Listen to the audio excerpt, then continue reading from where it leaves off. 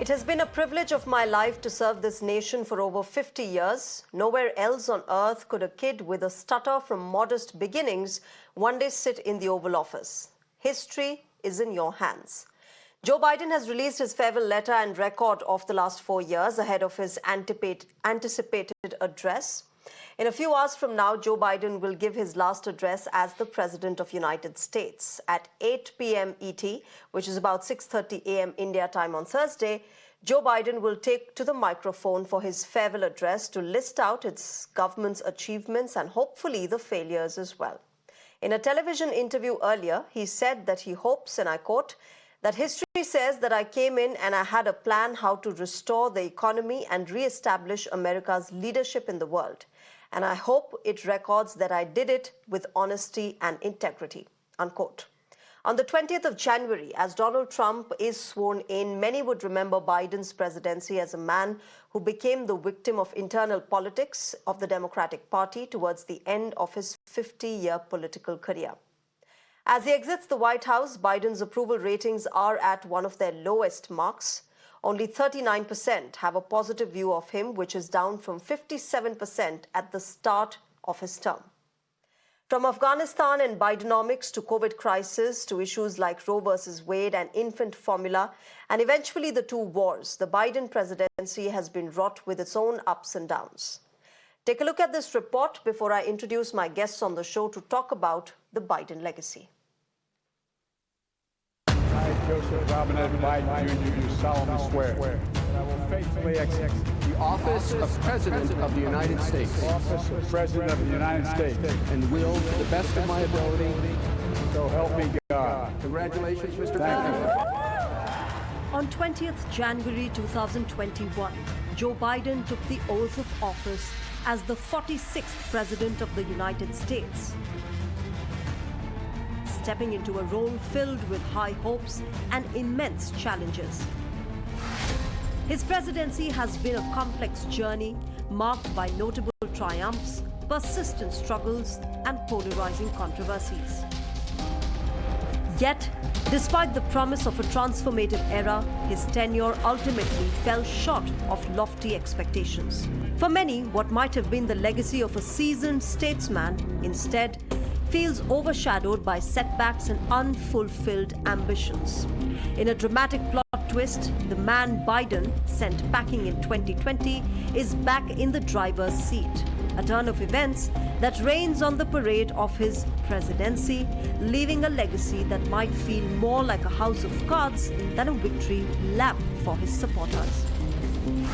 Unvaccinated, we are looking at a winter of severe illness and death.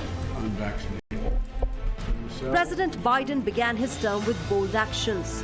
The American Rescue Plan Act delivered $1.9 trillion in economic relief, helping millions of Americans during the pandemic. He championed infrastructure modernization with the bipartisan Infrastructure Investment and Jobs Act, investing $1.2 trillion to rebuild roads, bridges, and broadband. Close this historic summit, I want to take a moment to thank the world leaders and all the participants from around the globe who have joined together to confront the existential threat of climate change. There's no threat like it. On climate change, Joe Biden rejoined the Paris Agreement and introduced policies to combat the crisis, including the creation of the American Climate Corps. Biden's nomination of Ketanji Brown Jackson to the Supreme Court was historic, marking a new milestone in judicial diversity.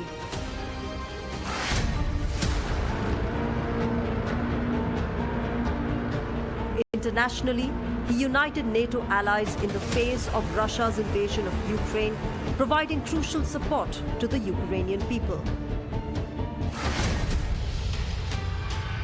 Joe Biden and his team faced a storm of events. Some they could control, others beyond their grasp. Yet many of the most damaging moments were not just predictable, they were predicted. Immigration reform remained elusive as the Biden administration faced criticism for its handling of the southern border.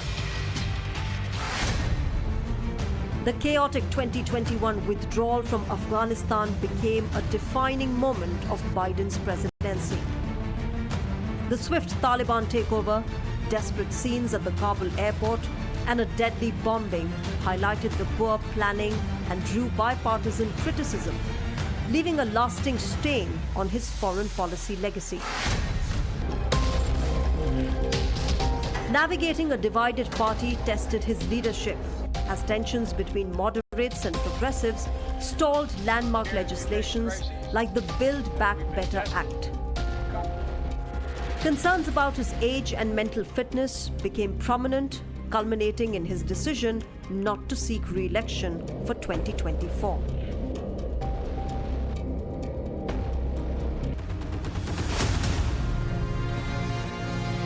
Joe Biden's legacy is one of complexity. His presidency delivered transformative policies in infrastructure, climate, and healthcare. Yet these achievements were overshadowed by economic struggles and foreign policy missteps. Post-Cold War period is over. A new era has begun. In these 4 years, we faced crises that we've been tested. We've come through those tests stronger, in my view, than we entered those tests. Right now, in my view, thanks to our administration, the United States is winning the worldwide competition. Compared to 4 years ago, America is stronger. Our alliances are stronger. Our adversaries and competitors are weaker. We have not gone to war to make these things happen. Now, make no mistake, there are serious challenges the United States must continue to deal with in Ukraine, in the Middle East, in the Indo-Pacific, and we're leaving them. And America, with more friends and stronger alliances, whose adversaries are weaker and under pressure. And America, that once again is leading. By the way, I got in trouble. Joe Biden may be remembered as a transitional leader, striving for unity in a deeply divided era. Amid crises like a pandemic, economic instability, and political polarization, his presidency symbolized the struggle between aspirations for progress and the harsh realities of discord. Bureau Report, Mirror Now. All right, to talk more on this, on Global Mirror, I'm joined by David Sofair. He's a Republican strategist. Raymond Vickery, Senior Associate, Center for Strategic and International Studies and former Assistant Secretary of Commerce, joins us, as well as Professor Madhav Nalapa, geopolitical expert, is joining us. Good evening and namaskar to all of you. Mr. Raymond Vickery, to you first. It's an important day there in the United States of America. Joe Biden will be giving out his farewell address. Of course, before that, he's also released a letter, recording his achievements, his government's, record of the last 4 years.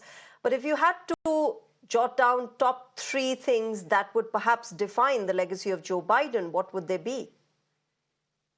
Well, thanks very much for having me. Yes, I think he has a top 3, which will be lasting. One is bringing the United States out of the pandemic into a soft economic landing. There were those, many in the United States and throughout the world, who said that we were headed for a recession, that we couldn't go forward with economic prosperity after the COVID. And what happened, of course, was that we did have a soft landing. That employment in the United States, in terms of adding jobs, percentage of employment, the stock market, GDP growth, all were great. Now, the Achilles heel, of course, was inflation. But I think that was number one. The infrastructure bill that Trump had talked about for 4 years and really accomplished nothing was achieved. And we also turned the ship in terms of critical technologies with the CHIPS Act. So I think that all those are the top 3 that he'll be remembered for in terms of his legacy. And we can talk further about international U.S.-India relations are at an all-time high. And so that has to be something which we look at as well. Okay. David Sofair, of course, Republicans have had a lot to say about Joe Biden in the past few months since the presidential campaign began and Donald Trump's victory. But would Republicans be kinder to Joe Biden now as he leaves office, as he demits office? Well, it's an interesting point because it's the first time where Democratic and Republican voters shared the same three things, right? And they shared the border, inflation, and crime. So, Joe Biden did an okay job with, administering some of the COVID relief. I mean, that's 4 years ago now. Okay. What he did do was he was a foreign policy disaster. We have three new wars which we should never have been in whatsoever. He had a cabinet that was incompetent on a good day, from the Secretary of State to Pete Buttigieg and the whole thing, Secretary of Transportation, and it's an incompetent administration that is so unpopular. He's the most unpopular president and vice president and administration by the numbers, right? And that doesn't lie. So let's not gloss it up. I mean, his legacy is tarnished. His party, effectively put a coup d'etat on him when they got rid of him and baited and switched with the most unpopular vice president in recent American history, which is Vice President Harris, of course. And, Okay. he's going out with a bunch of hostages in the Middle East. There's nothing resolved there. Three wars, inflation at an all-time high, crime at an all-time high, and a border that killed hundreds of thousands of Americans. So it's unbelievable. His legacy it's really a shame, and we look forward to bridging America and actually healing all the adversity in the world that these past 4 years has caused. Professor Nalapat, you want to come in on this? Talking about the wars, I think that has been one of the major criticisms of the Biden administration as far as the two wars are concerned. But in his letter that he's released today, he said that we supported Ukraine. Yeah. Okay. It's also at home as well. Let me get Professor Nalapat to speak on this. Yeah, I want to say, Shreya. Professor Nalapat, Biden has gone on to say that US supported Ukraine at a time when it needed support the most, and the fact that Hamas and Hezbollah right now are at their weakest. Well, look, I'd like to say that the second is absolutely right. Hamas and Hezbollah are at their weakest. That's to do with an individual called Benjamin Netanyahu, not anything to do with Joe Biden, frankly. So claiming credit for Netanyahu's victories, well, I guess, Biden feels he's entitled to a little bit of the credit, maybe. But the fact is that that is true. But may I point out, Shreya, he post-haste stopped a particular war and exited Afghanistan, frankly, in something of a surrender. He just abandoned the military stocks. He abandoned the Bagram Air Base, all the U.S. assets there, billions and billions of dollars to the Taliban. And then the next year, 2022, he starts a war. Let's be honest, Shreya. The Ukraine war, the cheerleader in chief is the commander in chief of the United States, Joe Biden. He has led from the front of this war. And even today, I mean, frankly, some of us had warned at that point in time that all the Ukrainians are doing is to get their state destroyed, to get their people killed. And that's exactly what's happening. But today, his number one priority is still Ukraine. I mean, Gaza comes, or the war between Hezbollah, Hamas, and the axis of resistance in Israel comes only second. And my gosh, the Indo-Pacific comes only third. Why? Because, unfortunately, Shreya, two things. One, Biden has been in foreign policy committees for most of his senatorial life, and that has influenced him. The fact is, neither in America nor many other countries in the world, foreign policy is a popular issue. And by making such a big play about foreign policy, he has actually basically to put a shadow on his actual domestic policy successes.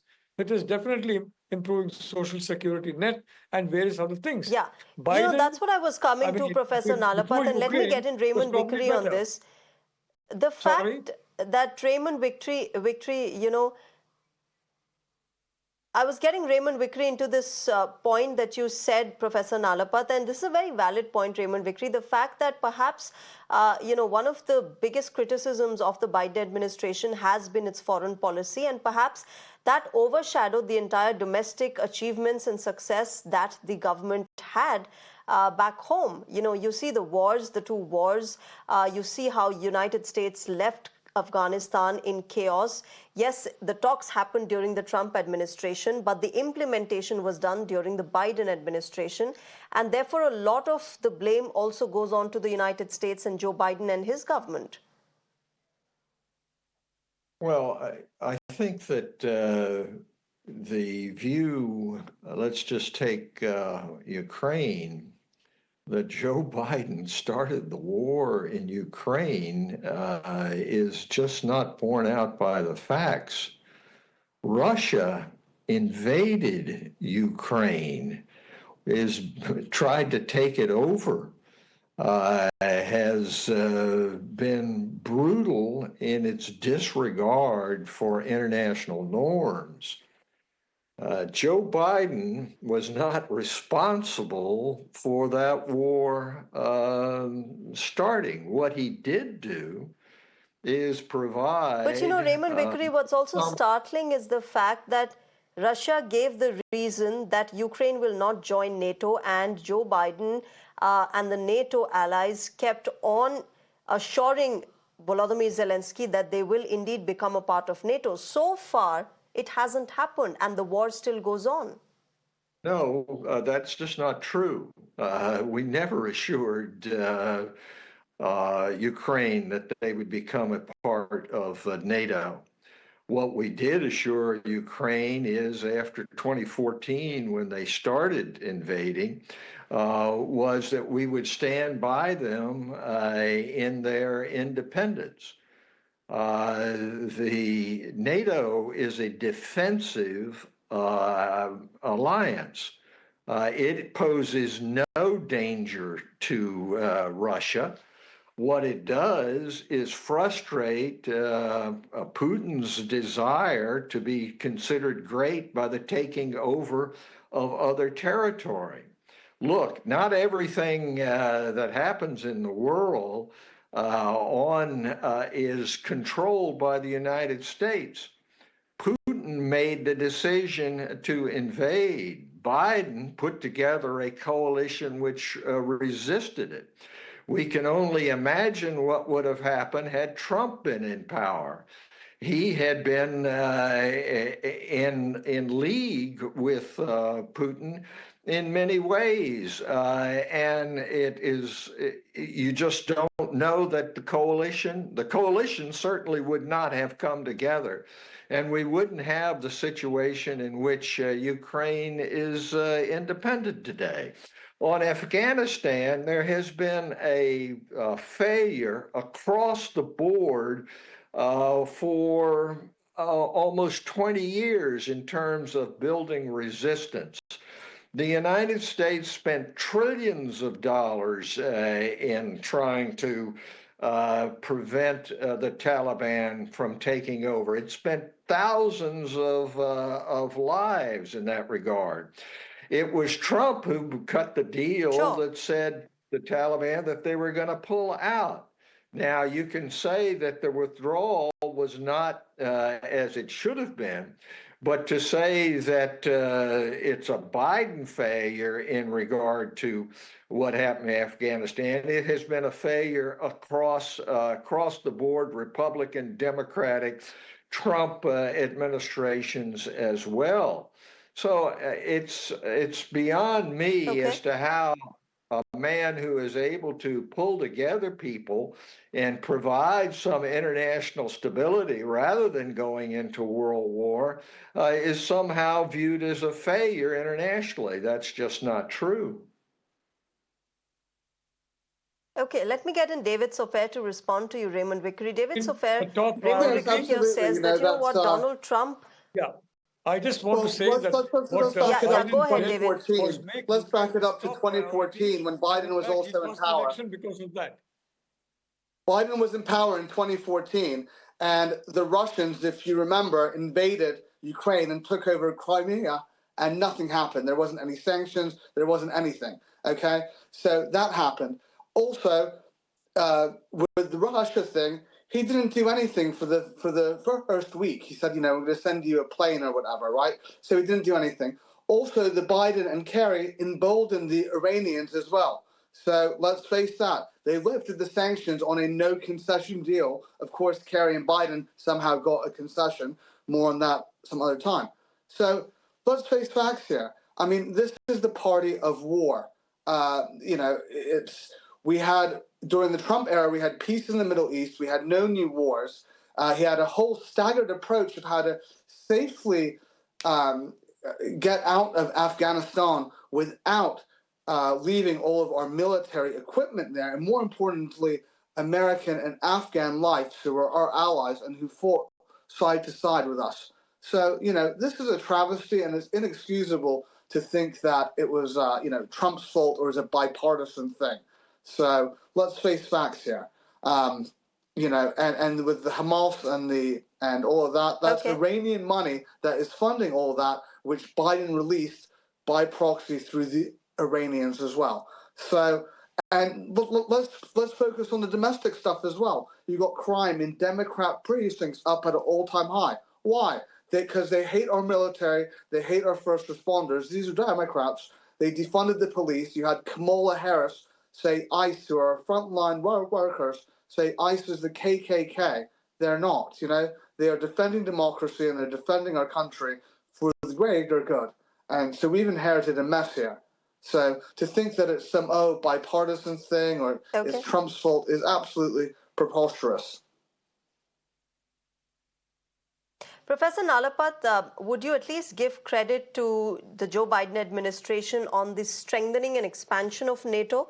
In his letter, Biden has said that 9 allies spent 2% on GDP on defense when he had taken over, and now at least 23 do that. And this is something that Donald Trump has also talked about, that if they don't spend the GDP, a substantial amount of their GDP on defense, the U.S. will be pulling out of the NATO. Look, Shreya, let's be honest. NATO has lost every war it has fought in Asia. Iraq, Libya, Afghanistan, Syria. It has destroyed countries, and it has been unable to hold territory, and all kinds of groups have proliferated there. I mean, it was involved in one war in its entire lifetime, and that was against Serbia. Hardly a very equal match. The reality of the situation is Biden is the one who supercharged the Western support and NATO support for a cause that was doomed from the start, that Ukraine will prevail over Russia. It was just not statistically possible. And Biden is responsible for that. He was, along with Boris Johnson at that time, he supercharged the Ukraine war. And even today, that's his highest priority. He puts number 1 Ukraine. Only the second is Gaza and the other terrorist groups there. And only a third is the Indo-Pacific, which is the main theater of contest. And Biden happens to believe that China has been weakened. For heaven's sake, it's become a superpower that's now nipping at the heels of the United States. And China is the enemy to face, not a much weakened Russia. The theater is the Indo-Pacific. It's not the Atlantic. It's not Europe. It's Asia. Joe Biden is living in the past. And unfortunately, his foreign policy is based on the past and not on the realities of the present. Thank you. Okay. And Professor Nalapat, if I could just get you in on how the Biden administration treated its ties with India as well, and then I'm going to get a word from Raymond Vickery as well. How do you see that? He's talked about the Quad, he's talked about ISET, all of these things happening between India and the US in the last 4 years. Look, Shreya, Raymond is an expert, and I defer to his judgment on many matters.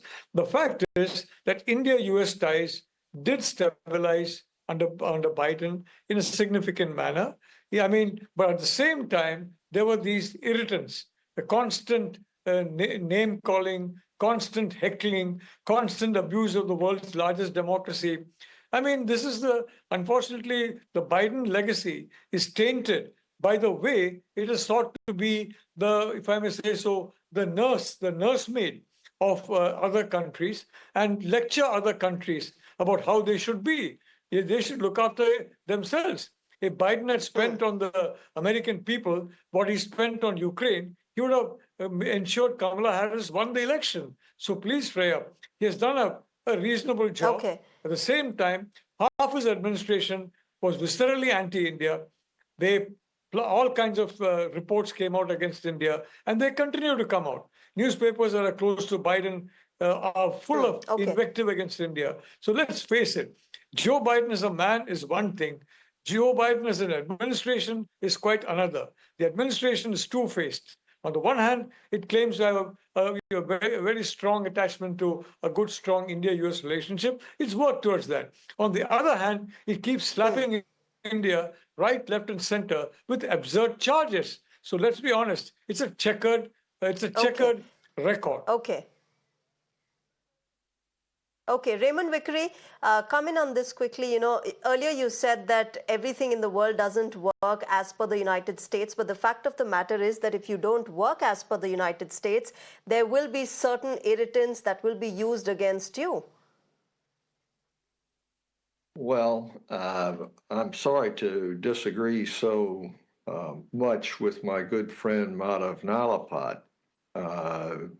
The fact is that if you look at what happened in U.S.-India relations over the past 4 years, they have continued to go on an upward trend. The Modi visit to the United States, the address to the Congress, the success of the G20, GE engines, the ship repair agreement, the whole elevation of the Quad to principles, all of those have occurred. H-1B visas have continued to flow. Trade is at an all-time high. And, it should be the case that democracies are able to criticize each other without having to view that as a slap in the face. That has been a very, very small part of the relationship. The fact is, the relationship is at all-time high. And it's just not true that under Trump there was peace in Afghanistan, in the Middle East. These are the kinds of untruths and exaggerations which have enabled Trump to come to power. But they are not borne out by the facts, and history will not follow that line. Okay. Let's hope that history is kinder to Joe Biden as well. He said from that very letter that he's released today, I ran for president because I believed that the soul of America was at stake. The very nature of who we are was at stake, and that's still the case. We'll have to wait and watch if Donald Trump is going to turn that statement around for Joe Biden. But we'll leave it there. Thank you very much to all of you gentlemen, David Sofair, Professor Nalapat, and Raymond Vickery. Thank you all of you for joining us on Global Mirror and sharing your perspective. With that, ladies and gentlemen, it's a wrap on Global Mirror. Thank you very much for joining us at the moment. Bye-bye. Good night. Up next is Sneha Koshi with Beyond the Headline.